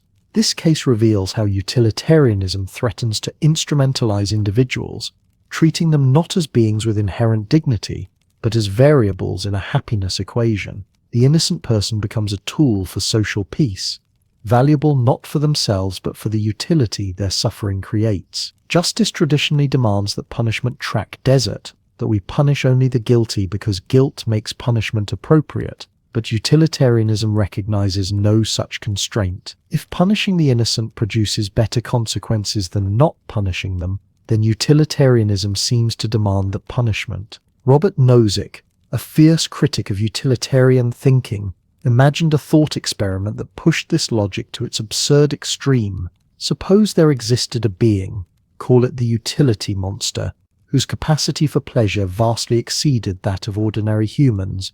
Every resource devoted to this creature produces more utility than the same resource devoted to anyone else. The utility monster enjoys food more intensely, derives greater pleasure from art and music, experiences happiness at levels normal humans cannot reach. Utilitarian calculation seems to demand that we devote all resources to satisfying this being. Everyone else should live in service to the utility monster, because doing so maximizes total happiness. The greatest good for the greatest number collapses into the greatest good for the one who can experience the most intense goods. The case sounds like science fiction until you notice versions already embedded in utilitarian practice. Should we redirect medical resources toward treating conditions that cause the most suffering rather than conditions affecting the most people? Should charitable donations focus on helping those whose capacity for happiness is greatest rather than those whose need is greatest? The utility monster reveals how maximizing total happiness can conflict with distributive fairness, how the greatest good might not spread across the greatest number but concentrate wherever intensity of pleasure peaks highest. Bernard Williams, another philosopher troubled by utilitarian implications, raised a different kind of objection through cases that probe personal integrity. Imagine you are traveling in a South American country when you stumble upon a military captain about to execute 20 innocent villagers as a lesson to rebels. The captain, amused by your presence, offers a deal. If you personally shoot one villager, he will release the other 19. If you refuse, all 20 die. The utilitarian calculation appears straightforward. One death instead of 20. You should shoot. But Williams noticed something utilitarianism struggles to accommodate. In shooting the villager, you become a killer. You take responsibility not just for consequences, but for your own actions and their meaning for your identity. Utilitarianism treats your shooting someone and you're allowing someone to be shot as morally equivalent except for their different effects on total happiness. But most people feel a profound difference between what they do and what they merely allow, between actions they take and outcomes they fail to prevent. The shooting would be yours in a way the captain's 20 executions are not. This points toward what Williams called the integrity objection. Utilitarianism requires that you make yourself maximally useful for producing good consequences, even if doing so means betraying your deepest commitments, abandoning your life projects, or performing actions that violate your sense of who you are. The dedicated artist must abandon art if greater utility lies elsewhere. The parent must love their child no more than a stranger's child if impartial utility calculation demands it. You must be willing to lie, cheat, betray, or kill whenever the happiness calculus tips in favor of doing so. The theory treats persons as locations where utility gets produced, not as beings whose separate existence grounds limits on what can be demanded of them. Your life, your relationships, your integrity become just more variables in an optimization problem. If slightly greater total happiness results from your living a life utterly foreign to everything you value, utilitarianism offers no grounds for complaint. The greatest good for the greatest number has no room for the separateness of persons, no respect for the boundaries between lives. These objections share a common structure. They identify situations where utilitarian logic produces clear answers that conflict violently with settled moral convictions. The utilitarian can respond in three ways. First, bite the bullet and insist the theory is correct, even when counterintuitive. Yes, we should harvest organs, frame the innocent, and serve the utility monster, if doing so maximizes happiness. Second, argue that properly understood, utilitarianism does not actually require these actions once we consider all consequences, including effects on rules, trust, and social practices. Third, modify the theory to avoid the troubling conclusions, perhaps by incorporating rights, rules, or respect for persons as constraints on utility maximization. Each response carries costs. Biting the bullet makes utilitarianism seem monstrous, willing to justify any atrocity if the numbers work out right. Appealing to broader consequences feels like retreat from the theory's elegant simplicity and threatens to make every calculation impossibly complex. Modifying the theory risks abandoning its central insight that consequences are what matter, smuggling back the very deontological constraints utilitarianism claimed to supersede. Yet these philosophical puzzles remained largely academic until the 20th century brought situations where similar calculations could not be avoided. When resources are genuinely scarce, when lives must be weighed against lives not in thought experiments but in hospital wards and government offices, the troubling cases stop being mere challenges to theory and become agonizing practical realities. These philosophical puzzles took on urgent practical reality in the 20th century. as governments and institutions faced decisions where lives could be weighed against lives. The philosophy that began as abstract calculation in Bentham's study and refined speculation in Mill's essays found its most consequential expression not in academic journals, but in factory inspectors' reports, public health offices, and legislative chambers across the industrializing world. By the middle of the 19th century, utilitarian reasoning had become the implicit logic behind an unprecedented wave of social reform, a transformation not of philosophical discourse, but of the actual conditions under which millions of human beings lived and died. Consider the state of British factories in 1830. Children as young as 5 worked 14-hour days in textile mills, their small bodies ideal for crawling beneath machinery to gather loose cotton. Mining operations sent boys into coal seams too narrow for adult workers. No law limited working hours, regulated safety conditions, or compensated workers maimed by industrial accidents. The prevailing view held that such matters were private contracts between employer and employee, beyond the proper scope of government intervention. Traditional morality might condemn cruelty, but it offered no systematic argument for why the state should intervene in economic relations. Utilitarian reformers approached this suffering with different logic. They did not appeal to natural rights or divine command. They simply calculated, how much pain did these conditions produce? How much pleasure? What changes would shift the balance? The Factory Act of 1833, which limited child labor and mandated school attendance, emerged directly from utilitarian analysis conducted by reformers who had studied under Bentham or absorbed his principles. The argument was not that children possessed inalienable rights, but that the long-term welfare of society increased when children received education rather than industrial injury. The calculation included the workers' suffering, yes, but also the economic productivity of a healthier workforce, the reduced cost of treating injuries, the increased social stability from better educated citizens. Edwin Chadwick, a devoted Benthamite who served as secretary to the Poor Law Commission, produced his report on the sanitary condition of the labouring population in 1842. The document reads like applied utilitarian philosophy. Chadwick measured the correlation between poor drainage and disease, calculated the economic cost of preventable deaths, and argued that investing in sewage systems and clean water would produce a net increase in social welfare. His reasoning included no sentiment about the inherent dignity of the poor. It was ruthlessly consequentialist.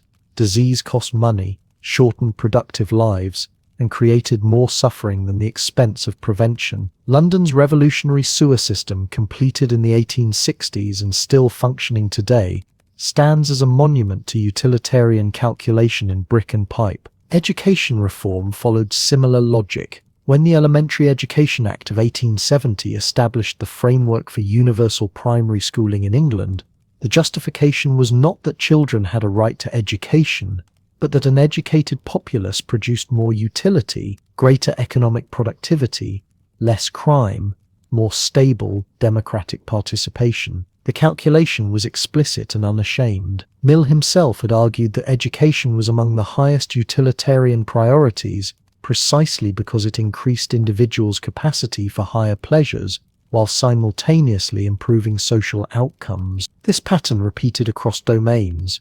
Prison reform, public health initiatives, workplace safety regulations, urban planning, all bore the mark of utilitarian reasoning.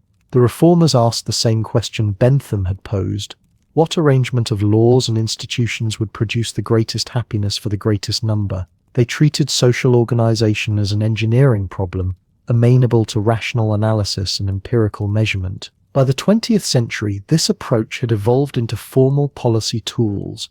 Governments and institutions needed methods for choosing between competing uses of limited resources. Cost-benefit analysis became the standard framework, requiring policymakers to assign monetary values to outcomes, including human lives, and select the option with the highest net benefit. The logic was purely utilitarian. Identify all consequences of a proposed action, measure their value, calculate the sum. Medical ethics confronted this logic most starkly. When organs for transplant are scarce, who receives them? When a new treatment is expensive, which patients should receive it?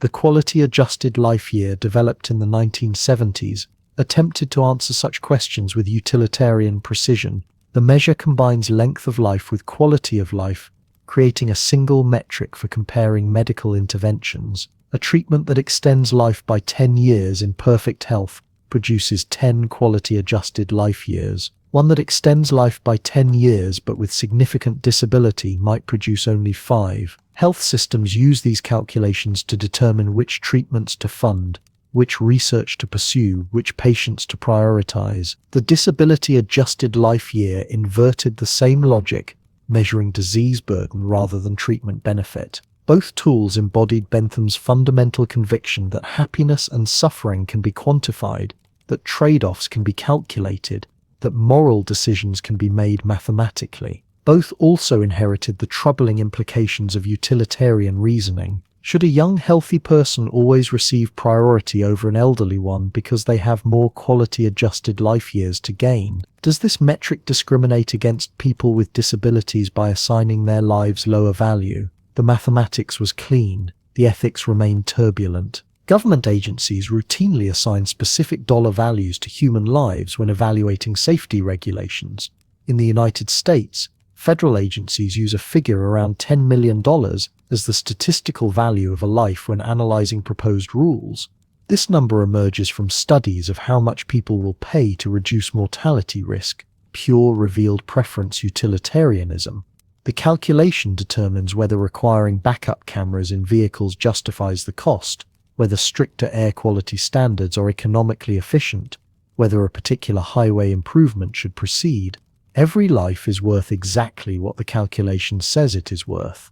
The 21st century witnessed the emergence of effective altruism, a movement that made utilitarian calculation its explicit foundation. The question it asked was simple and uncompromising. Given limited resources for charity, how can we do the most good?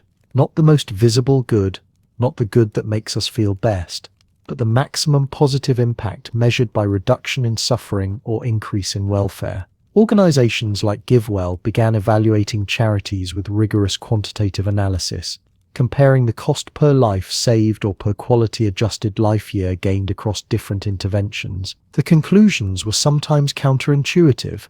Donating to provide malaria nets in sub-Saharan Africa might save more lives per dollar than funding cancer research in wealthy nations. Supporting deworming programs might produce more welfare than building schools. Global poverty interventions might generate more utility than local homeless services. The movement embraced these conclusions without sentiment. If the calculation showed that resources produced more good in one place than another, that is where resources should go. The logic was Bentham's hedonic calculus applied with spreadsheet precision. Then came the pandemic of 2020, and utilitarian reasoning moved from policy journals to daily headlines. Every decision became an explicit trade-off: lives versus economic activity, younger versus older populations, physical versus mental health. Governments imposed lockdowns based on calculations of lives saved against economic damage and psychological harm. Hospitals developed triage protocols for allocating ventilators if demand exceeded supply, protocols that assigned scores based on likelihood of survival and potential years of life saved. Vaccine distribution strategies embodied utilitarian priorities. Healthcare workers first to prevent system collapse, elderly people next to reduce mortality, younger essential workers to maintain social infrastructure. The utilitarian logic was inescapable and unsettling. Should a 25-year-old receive priority over an 80-year-old because they have more quality-adjusted life years ahead? Should people with pre-existing conditions receive lower priority because their survival probability is worse? The questions were no longer philosophical thought experiments. They were decisions that doctors and policymakers had to make while bodies accumulated in hospital corridors and refrigerated trucks. What emerged most clearly was both the power and the peril of utilitarian reasoning in practice. It provided a framework for making impossible choices, a method for allocating resources when all options involved harm. It took suffering seriously, measured it carefully, and sought to minimize it systematically. But it also demanded that we place values on what seemed invaluable, compare what seemed incomparable, and sacrifice some for others, according to calculations that could never fully capture what was lost. The Victorian reformers who used utilitarian logic to drain London's sewers and regulate factory conditions were dealing with aggregate statistics and policy generalities. Modern applications require calculating the value of specific identifiable lives, not abstract populations but individual human beings with names and faces and families. The mathematics remained the same. The moral weight had grown unbearable. But perhaps the most profound application of utilitarian logic lies not in social policy, but in the expanding circle of moral concern itself. In 1975, an unknown Australian philosopher named Peter Singer published a book that would permanently alter how millions of humans thought about their relationship to other species. Animal liberation did not appeal to sentiment or compassion as emotions separate from reason. It made a more radical claim that the boundary between human and animal moral status was not merely unjust but philosophically incoherent. If the capacity to suffer matters morally, and if animals possess this capacity, then excluding them from moral consideration requires exactly the kind of arbitrary prejudice Bentham had identified when he asked not, can they reason, but can they suffer? Singer gave this prejudice a name borrowed from discussions of racism and sexism, speciesism, the assumption that membership in Homo sapiens grants automatic moral superiority, regardless of actual capacity for pain or pleasure. The utilitarian logic was ruthlessly simple. A pig can suffer. A chicken can feel pain. Their suffering is not metaphorical or lesser, because they lack language or abstract thought. Place your hand on a hot stove and you recoil in pain. So does a dog. The neurological mechanisms differ in complexity, but not in fundamental nature. Pain is pain. Suffering is suffering. And if morality concerns itself with minimizing suffering and maximizing well-being, then the species of the sufferer becomes morally irrelevant. What matters is the capacity to experience states that feel good or bad from the inside. This was not a new argument. Bentham himself had written the foundational text in 1789, arguing that the question regarding animals was not whether they could reason or speak, but whether they could suffer. If they could, then causing them pain required moral justification just as causing human pain did. For Bentham, this was not sentimentality but simple consistency. His hedonic calculus measured pleasure and pain wherever it occurred. To exclude animal suffering from the calculation while including human pleasure was to abandon utilitarian logic for unexamined prejudice. But Bentham's insight had remained largely theoretical for nearly 2 centuries. Singer transformed it into a practical program by documenting industrial animal agriculture with the same clinical precision Bentham had brought to legal reform. Factory farms maximized efficiency and profit by treating animals as production units rather than beings capable of suffering. Chickens packed into battery cages where they could not spread their wings. Pigs confined to gestation crates barely larger than their bodies. Calves isolated in darkness to keep their meat tender.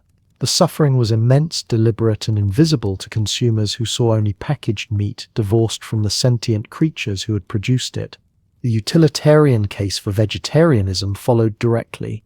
Eating meat produced minimal pleasure for humans, the satisfaction of taste preferences, while requiring vast suffering for animals and significant environmental costs for future generations. The calculation was straightforward. On one side, mild gustatory enjoyment for humans who had abundant alternative protein sources. On the other side, terror, pain, confinement, and premature death for billions of creatures capable of suffering. No honest application of utilitarian mathematics could justify this exchange. The pleasure of a hamburger could not outweigh the suffering of the cow. Singer's argument provoked fierce resistance, not because people disputed that animals could suffer, but because accepting the conclusion required abandoning deeply embedded practices and cultural traditions. Critics pointed out that animals in nature suffered terribly from predation, disease, and starvation. Singer agreed, but noted that humans were moral agents, capable of choosing otherwise. A lion killing a gazelle was not a moral actor. A human choosing whether to eat beef was. Other critics argued that animals lacked self-awareness or future-oriented desires that gave human life special value. Singer accepted that some human capacities exceeded animal capacities, but pointed out that many animals possessed greater capacities than some humans: infants, the severely cognitively impaired, the comatose. If we were unwilling to grant animals moral status because they lacked certain capacities, consistency demanded we also deny it to humans lacking those same capacities. The fact that we recoiled from this conclusion revealed that species membership, not capacity for suffering, was doing the moral work, and species membership was morally arbitrary in exactly the way race and sex were arbitrary. This expansion of utilitarian concern from humans to animals pointed toward an even more vertiginous question: did beings who did not yet exist have moral claims on those who did? Standard utilitarianism calculated pleasure and pain for existing creatures, but choices made today would determine how many humans existed in the future and under what conditions they would live. Environmental destruction, nuclear weapons, climate change, and emerging technologies created risks whose consequences would unfold across centuries. Did the potential suffering of future generations weigh in present calculations? The intuitive answer seemed obviously yes. Parents made sacrifices for children who did not yet exist. Societies built infrastructure that would serve people born decades later. But utilitarian philosophers like Derek Parfit identified profound puzzles in this reasoning. If your choices affected not just the welfare of future people but their very existence, if choosing differently would mean different people came into being, how could those hypothetical beings have been harmed by choices that determined whether they existed at all? A person could not be harmed by an action that was necessary for their existence. These abstract puzzles took concrete form in debates about climate policy. Burning fossil fuels today created wealth and pleasure for current generations while imposing costs on future ones. The utilitarian calculation seemed to demand sacrificing present pleasure for future well-being. But how much sacrifice? If you discounted future well-being even slightly, assuming that goods available now mattered more than goods available in a century, the case for aggressive climate action weakened considerably. Economic models routinely applied such discount rates. But from a utilitarian standpoint, suffering in 200 years was exactly as bad as suffering today.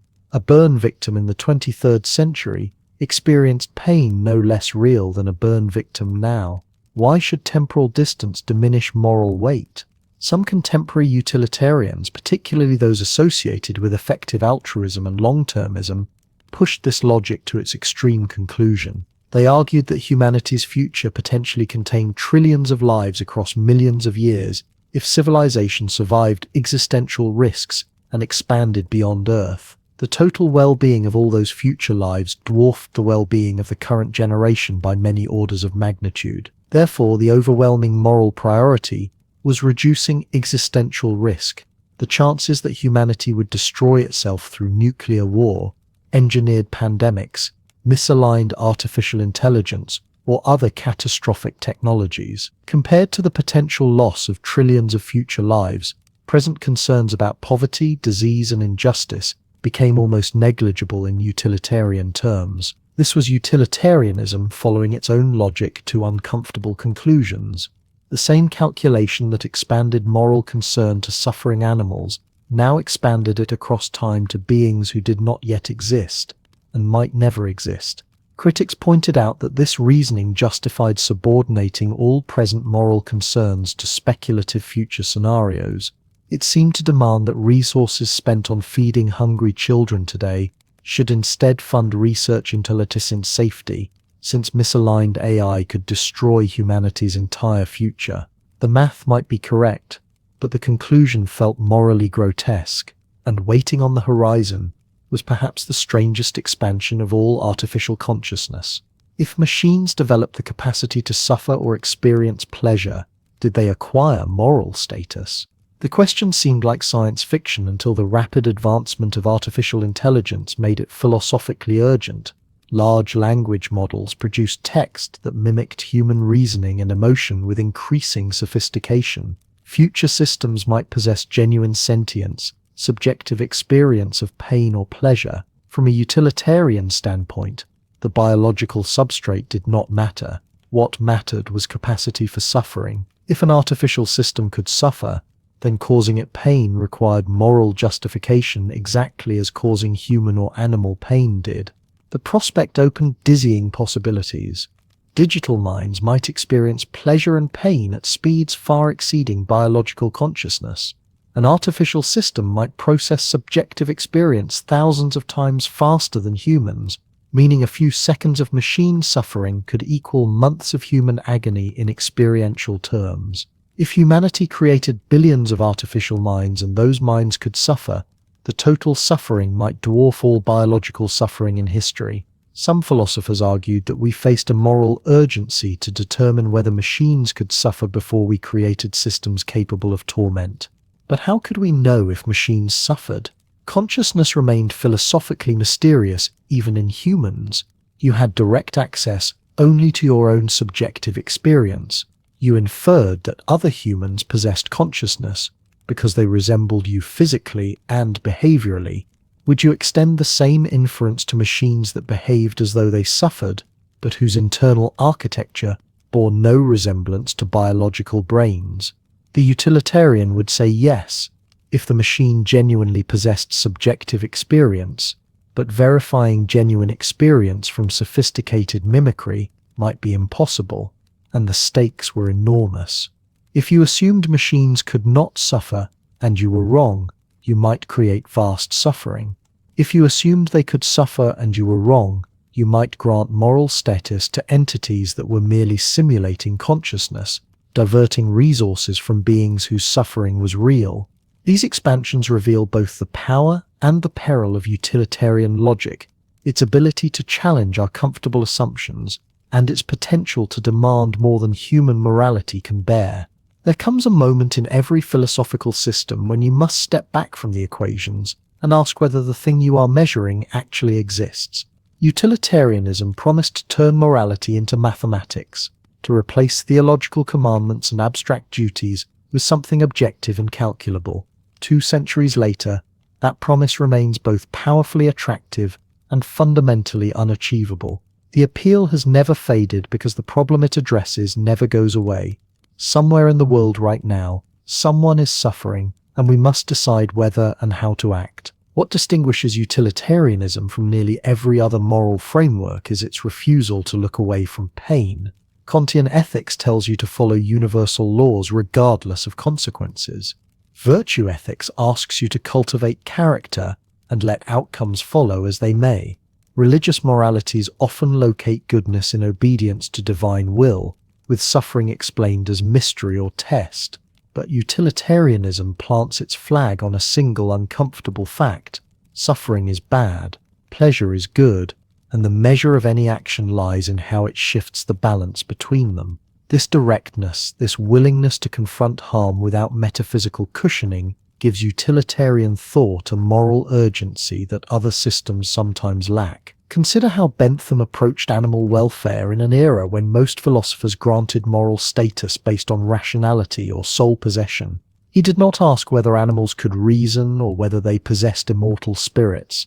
He asked whether they could suffer, and having answered yes, concluded that their pain counted in the moral ledger with the same weight as human pain of equivalent intensity.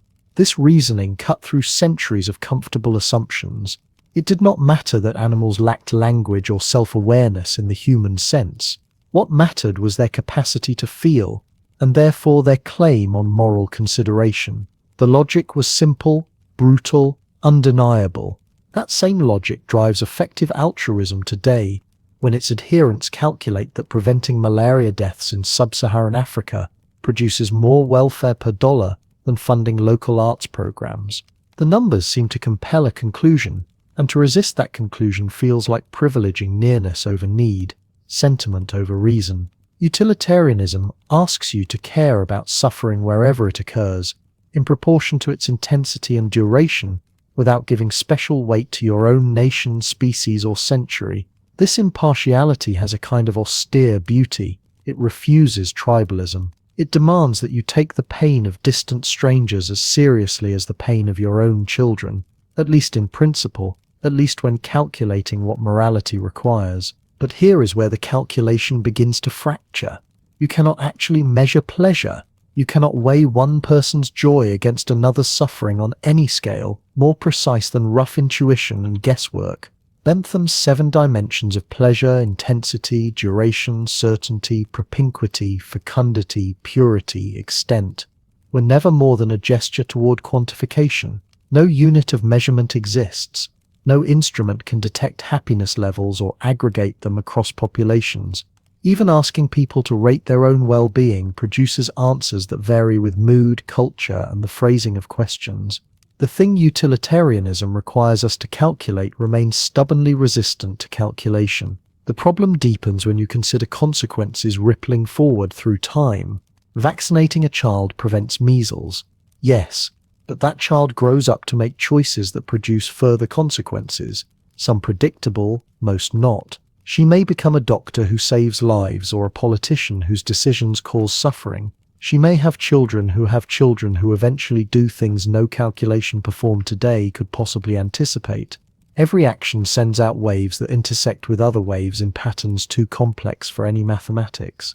We make choices in radical uncertainty, using models that necessarily simplify, inevitably distort, and frequently mislead. Mill understood this uncertainty and tried to address it through his distinction between higher and lower pleasures, suggesting we should trust the judgment of those who had experienced both. But this move introduced a new problem. If pleasures differ in kind rather than merely degree, how can we aggregate them into a single maximization problem? You cannot add sonnets to sandwiches if they belong to different categories of value. The moment you admit qualitative differences, you abandon the pretense of pure calculation and smuggle in unstated judgments about what kinds of happiness matter most.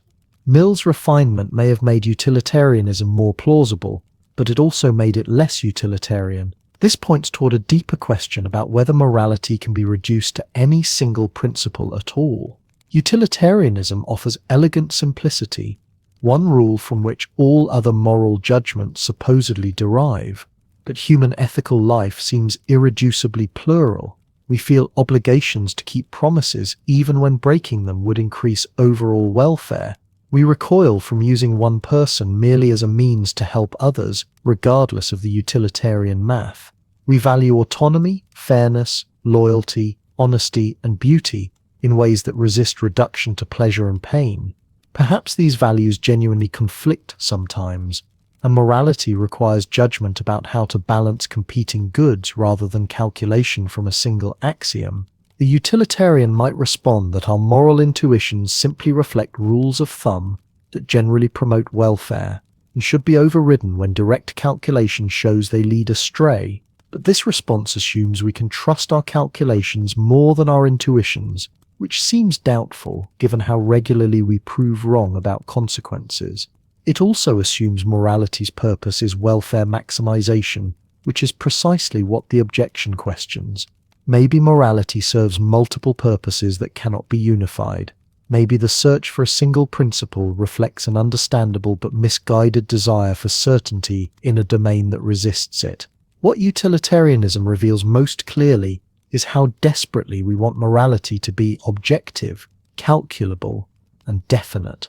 We want to know that we chose correctly, that the suffering we caused or allowed served some greater purpose, that our decisions maximize the good by some measure beyond mere assertion. This desire makes perfect sense. Moral choices carry enormous weight. People live or die based on policies we support, resources we allocate, actions we take or fail to take. The stakes seem to demand certainty, to require some method for determining right answers that goes beyond intuition or tradition. But certainty may not be available. Consequences cannot be predicted with precision. Pleasure cannot be measured and summed. Different values sometimes conflict with no neutral principle to adjudicate between them. We make choices in genuine uncertainty, guided by incomplete information and imperfect reasoning, and must live with the possibility that we got it wrong. Utilitarianism tried to eliminate this uncertainty by reducing everything to a calculation, but the calculation cannot be completed. What remains is judgment, fallible and contestable, made by creatures whose vision extends only so far. The existential question becomes whether we can bear this. Can we live as though every choice is a mathematical problem where lives can be weighed against lives, knowing the mathematics cannot actually be performed? Can we accept the utilitarian imperative to maximize welfare while acknowledging we can never know whether we succeeded? The theory demands a kind of perpetual moral calculation that may be psychologically unsustainable. It asks you to treat your own projects and relationships as having no special weight, your own suffering as counting exactly the same as the suffering of strangers in distant places. It implies you should perhaps give away nearly everything you own until your last dollar does as much good for you as it would for someone else. Few people can sustain this psychology without burning out or developing a corrosive sense of guilt for every moment not spent optimizing global welfare. Perhaps this impossibility tells us something important. Morality may need to be livable, not merely theoretically correct. It may need to make space for human particularity, for the special obligations we feel toward those we love, for the projects that give individual lives, meaning even if they do not maximize aggregate happiness. Utilitarianism in its purest form offers no room for these things, except as useful fictions or second-best compromises. But maybe they are not compromises. Maybe they are essential to any ethical framework that actual human beings could sustain. And yet utilitarianism endures precisely because it asks the question that cannot be avoided. Given limited resources and unavoidable trade-offs, how should we distribute welfare across different beings? Every hospital allocating scarce ventilators, every government deciding which diseases to prioritize, every person choosing where to direct charitable giving faces this question, pretending it does not exist. Retreating into absolute rules or comfortable parochialism seems like a different kind of moral failure. Utilitarianism may be impossible to perfect, but the concern that animates it, that suffering matters, that consequences count, that we should care about welfare wherever it occurs, captures something essential about what morality requires. The calculation cannot be completed. The pleasures cannot be precisely measured. The consequences cannot be fully predicted. The single principle cannot resolve all moral questions, but the attempt to calculate, to measure, to predict, to reason from consequences rather than merely from rule or tradition. This attempt has reshaped law, medicine, economics, and ethics. It has expanded moral concern beyond comfortable boundaries. It has forced acknowledgement of trade-offs we would rather not face. 2 centuries after Bentham sat in his study weighing pleasure against pain, we still grapple with what he saw clearly. Morality makes demands we cannot perfectly fulfill using methods we cannot perfectly trust, and we must choose anyway. This chapter serves as the conclusion and needs no transition.